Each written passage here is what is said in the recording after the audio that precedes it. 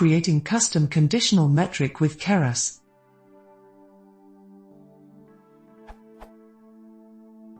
I am trying to create the following metric for my neural network using Keras. Custom Keras metric. Where d equals y sub pred y sub true.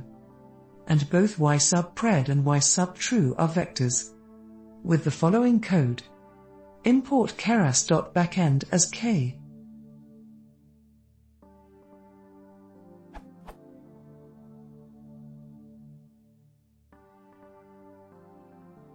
For the use of compiling my model, I received the following error code and I have not been able to correct the issue. Any help would be appreciated.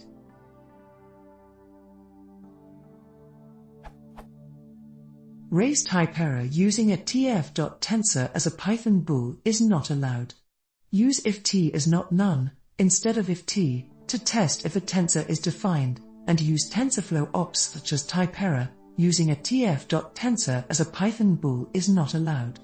Use if t is not none, instead of if t, to test if a tensor is defined, and use TensorFlow ops such as tf.cont to execute subgraphs conditioned on the value of a tensor.